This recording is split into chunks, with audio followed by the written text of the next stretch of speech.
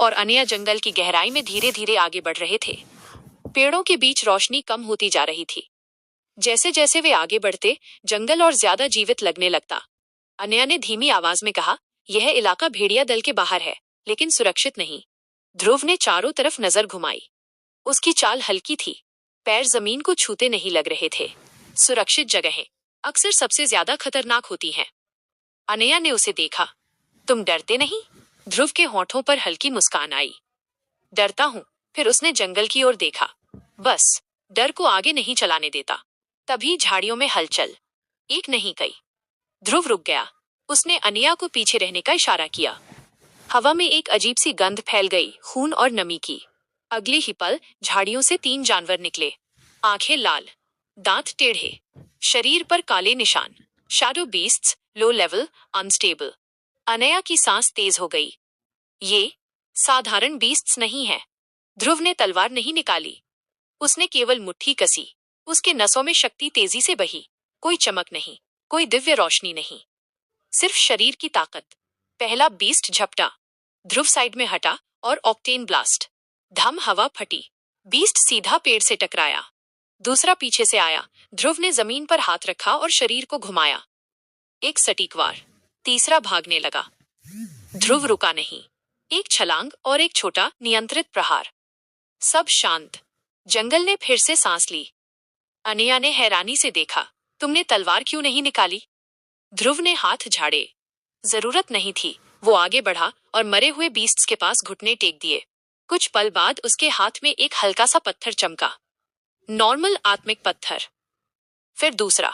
फिर कुछ नहीं। अनया ने पूछा, बस इतना? ध्रुव ने पत्थर को उछालते हुए कहा, नसीब। इस दुनिया में हर हत्या इनाम नहीं देती। उसने पत्थर अपनी स्पेस रिंग में रखा। अनया ने रिंग को देखा, लेकिन कुछ बोली नहीं। वे आगे बढ़े। चलते चलते अनया ने हिम्मत करके पूछा, तुम हमेशा ऐसे ही लड़ते हो? ध्रुव ने एक पल सोचा, फिर बोला, नहीं। उसने उसकी ओर देखा। आंखों में हल्की शरारत। कभी कभी फ्लर्ट भी करता हूँ। अनया चौंकी, फिर खुद को रोक न पाई। हल्की सी हंसी। अभी क्यों नहीं? ध्रुव ने आसमान की ओर देखा, जहां घने बादल थे। क्योंकि ये जंगल हमें देख रहा है। हंसी खुद ब खुद खामोशी में बदल गई। दूर कहीं किसी पेड़ की डाल पर एक परछाई हिली। किसी ने उन्हें देखा, पर नजर नहीं आया। ध्रुव का कदम एक पल को रुका, लेकिन उसने पीछे मुड़कर नहीं देखा। चलते रहो, उसने कहा। यह जगह ज्यादा देर रुकने नहीं देती। चलते रहो, ध्रुव ने कहा था। अनया ने सिर हिलाया और दोनों जंगल के और भीतर बढ़ गए। लेकिन जिस परछाई ने उन्हें देखा था, वो हिली नहीं। ऊंचे पेड़ की डाल पर खड़ा वो आदमी सांस तक काबू में रखे था। कंधों पर काले फर की चादर, चेहरे पर 3 गहरी खरोंचे, और आंखें ऐसी जैसे शिकार को पहले ही मार चुकी हों। काला भेड़िया, भेड़िया दल का सेनापति। उसने धीरे से आंखें मूंदी, और अगले ही पल उसके चारों ओर हवा में हल्का कंपन हुआ। 7 सितारे योद्धा। लेकिन उसकी आभा सामान्य नहीं थी। गहरी, दबी हुई, हिंसक।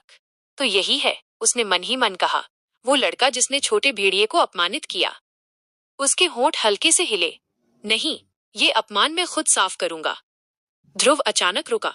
अनया उससे टकराते टकराते बची। क्या हुआ? ध्रुव ने उंगली होठों पर रखी। उसकी आंखें जंगल की गहराई में थीं। कुछ था, दिखाई नहीं दे रहा था, लेकिन महसूस हो रहा था। यह बीस्ट नहीं है, ध्रुव ने धीमे से कहा, और आम योद्धा भी नहीं। अनया का शरीर सख्त हो गया। तो? ध्रुव ने कमर पर बंधी तलवार को हल्का सा छुआ। हेवनली फ्लेम अब भी खामोश थी। जरूरत नहीं थी। तो इसका मतलब है, कोई हमें परख रहा है। अचानक धक जमीन में एक भारी कंपन। सामने के पेड़ अपने आप 2 हिस्सों में टूट गए। धूल बैठी और उसके बीच से एक आकृति आगे बढ़ी। लंबा कद, मजबूत शरीर, काली आंखें। काला भेड़िया। उसकी आवाज गहरी थी। ध्रुव शौर्य। अनया चौंकी। इसे तुम्हारा नाम कैसे? ध्रुव ने उसे बीच में ही रोका। भेड़िया दल। काला भेड़िया हल्का सा मुस्कुराया। समझदार हो। वो एक कदम आगे बढ़ा। मेरे स्वामी ने मुझे भेजा है, ये देखने के लिए कि तुम मरने लायक हो या नहीं। जंगल की हवा भारी हो गई। अनया ने पीछे हटने की कोशिश की, लेकिन ध्रुव उसके सामने आ गया। तुम पीछे रहो। उसकी आवाज अब मजाकिया नहीं थी, शांत और भयानक। काला भेड़िया ध्रुव को घूरता रहा। योद्धा, लेकिन अभी बच्चा। उसने अपनी मुट्ठी कसी। उसके चारों ओर काली सी लाल आभा लहराई। 7 सितारे, पूरा दबाव। ध्रुव की नसों में शक्ति दौड़ी। उसकी लाल आभा उभरी, हल्की लेकिन सधी हुई। दोनों एक दूसरे को देख रहे थे। कोई जल्दी नहीं। ये लड़ाई शोर से नहीं, इरादे से शुरू होनी थी। काला भेड़िया हल्का झुका। एक बार उसने कहा, अगर बच गए तो जिंदा जाने दूंगा। ध्रुव ने तलवार निकाली। धातु की धीमी सी आवाज। उसकी आंखों में अब कोई भाव नहीं था। और अगर तुम ना बच पाए? काला भेड़िया हंसा। तब भेड़िया दल तुम्हें याद रखेगा। हवा थम गई। हवा जैसे जम गई थी। काला भेड़िया ध्रुव के सामने खड़ा था। उसके कंधों पर काले फर की चादर हल्की हल्की हिल रही थी। उसकी आंखों में एक अजीब आत्मविश्वास था। वो जानता था वो किसका भाई है। एक बार काले भेड़िए ने कहा, या तो तुम गिरोगे या मैं तुम्हें जीने दूंगा। ध्रुव ने कोई जवाब नहीं दिया। उसने सिर्फ अपनी तलवार को धीरे से खींचा। धातु की आवाज बहुत हल्की थी, लेकिन उसके भीतर कुछ जाग चुका था। दिव्य रोशनी आग की तरह नहीं, बल्कि सांस की तरह तलवार में समा गई। दिखाई नहीं दी, पर महसूस हो गई। काला भेड़िया हंसा और गायब। एक पल में 3 जगहों से उसकी परछाई दिखी। भेड़िए की रफ्तार। अनया की सांस अटक गई। इतनी तेज। ध्रुव ने आंखें बंद नहीं की। उसने सिर्फ महसूस किया। धरती की कंपन, हवा का बहाव, इरादे की दिशा। अगला पल काला भेड़िया पीछे से वार करता है। ध्रुव झुका, वार हवा चीर गया। दूसरा वार, ध्रुव ने तलवार घुमाई। टकराव हुआ। क्लैंग, चिंगारी नहीं, बस हल्की सी गर्मी। काला भेड़िया पीछे हटा। उसकी भौहें सिकुड़ी। दिलचस्प, उसने अपनी हथेली जमीन पर रखी। उसके शरीर से काली लाल आभा फैल गई। एक सितारा योद्धा। भेड़िया दल की साधारण तकनीकें तुम सह लोगे, लेकिन अब असली चाल। उसने 2 उंगलियां अपनी गर्दन पर रखीं। Wolf shadow step. उसका शरीर लकीरों में बट गया। 4 दिशाओं से एक साथ हमला। ध्रुव की सांस एक पल को तेज हुई, लेकिन उसकी आंखें शांत रहीं। उसने तलवार को सीधा रखा और एक ही सीधी चाल। तलवार हवा में एक पतली रेखा बनाती है। कोई चमक नहीं, कोई धमाका नहीं, बस भीतर से जलती हुई धार। क्षण भर को सब थम गया। चारों परछाइयां गायब। काला भेड़िया ध्रुव के सामने खड़ा था। उसकी छाती पर एक हल्की जलन की रेखा। वह नीचे देखता है, फिर घुटनों पर गिर जाता है। उसकी आवाज कांप रही थी। तू इतना शांत कैसे रह सकता है? ध्रुव उसके पास गया। आवाज धीमी थी, क्योंकि मैं भेड़िया नहीं, मैं शिकारी हूं। तलवार पीछे खिंची। काला भेड़िया जमीन पर गिर गया, मृत। जंगल ने फिर से सांस ली। अनया कुछ बोल नहीं पाई। ध्रुव ने शरीर की तलाशी ली। 3 साधारण तकनीक स्क्रॉल, भेड़िया कदम, नुकीला वार, शिकार की सांस और भेड़िए की रफ्तार, कोर टेक्निक स्क्रॉल। ध्रुव की आंखें पहली बार चमकी। जैसा सोचा था, दल के नेता का छोटा भाई खाली हाथ नहीं होगा। उसने सब कुछ स्पेस रिंग में रखा। अनया ने धीरे से पूछा, अब? ध्रुव ने जंगल की ओर देखा। आवाज ठंडी थी। अब भेड़िया दल चुप नहीं बैठेगा। और जंगल अब शांत नहीं था। काले भेड़िए की लाश अब भी जमीन पर पड़ी थी, लेकिन उसकी मौत की गूंज कई कोस दूर पहुंच चुकी थी।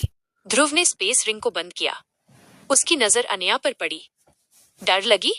अनया ने हल्की सी हंसी के साथ सिर हिलाया। जब तुम पास होते हो, डर को रुकना पड़ता है। ध्रुव ने कुछ नहीं कहा, बस आगे बढ़ गया। दूसरी ओर भेड़िया दल का मुख्य शिविर। एक विशाल गुफा, दीवारों पर खून और नाखूनों के निशान। बीच में पत्थर का सिंहासन, और उस पर भेड़िया दल का सरदार। उसकी आंखें बंद थीं, पर जैसे ही रक्त चिन्ह वाला जेड ताबीज टूटा, उसकी पलकों में कंपन हुई। Quote ellipsis ellipsis quote. हवा भारी हो गई। उसकी आंखें खुली। लाल, गहरी, खूंखार, काला। उसकी मुट्ठी धीरे धीरे भींची। पत्थर चूर चूर हो गया। मेरे छोटे भाई को उसने सिर उठाया। किसने मारा? नीचे खड़े एक योद्धा ने कांपती आवाज में कहा, सरदार, एक बाहरी युवक नाम ध्रुव। पूरा शिविर सन्नाटे में चला गया। भेड़िया सरदार हंसा, लेकिन वो हंसी खुशी की नहीं थी। तो शिकार खुद चलकर आया है। उसने हाथ उठाया। 3 दल, पूरा जंगल छान दो। और उसकी आवाज बर्फ जैसी ठंडी थी, उसे जिंदा मत लाना। वर्तमान जंगल के भीतर ध्रुव एक चट्टान के पास बैठा था। उसके सामने भेड़िए की रफ्तार, कोर टेक्निक स्क्रोल।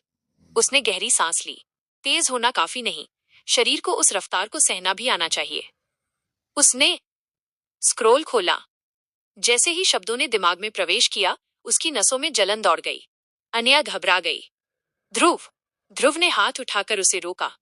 पास मत आना। उसके पैरों के नीचे जमीन में दरारें पड़ने लगीं। उसका शरीर कांप रहा था, लेकिन आंखें अडिग थीं। योद्धा स्तर, नई रफ्तार के साथ टकराव। एक पल और ध्रुव की आकृति धुंधली हो गई। फट! वो 10 कदम आगे खड़ा था। अन्या की आंखें फैल गईं। ये! ध्रुव ने धीरे से मुट्ठी भींची। अभी कच्ची है, लेकिन उसने मुस्कुराकर कहा, भेड़ियों से तेज हो जाने के लिए भेड़िया बनना जरूरी नहीं। उसी पल दूर कहीं पेड़ों पर परछाइयां हिलीं। 3 दिशाओं से। ध्रुव ने तलवार उठाई। उसकी आवाज शांत थी। लगता है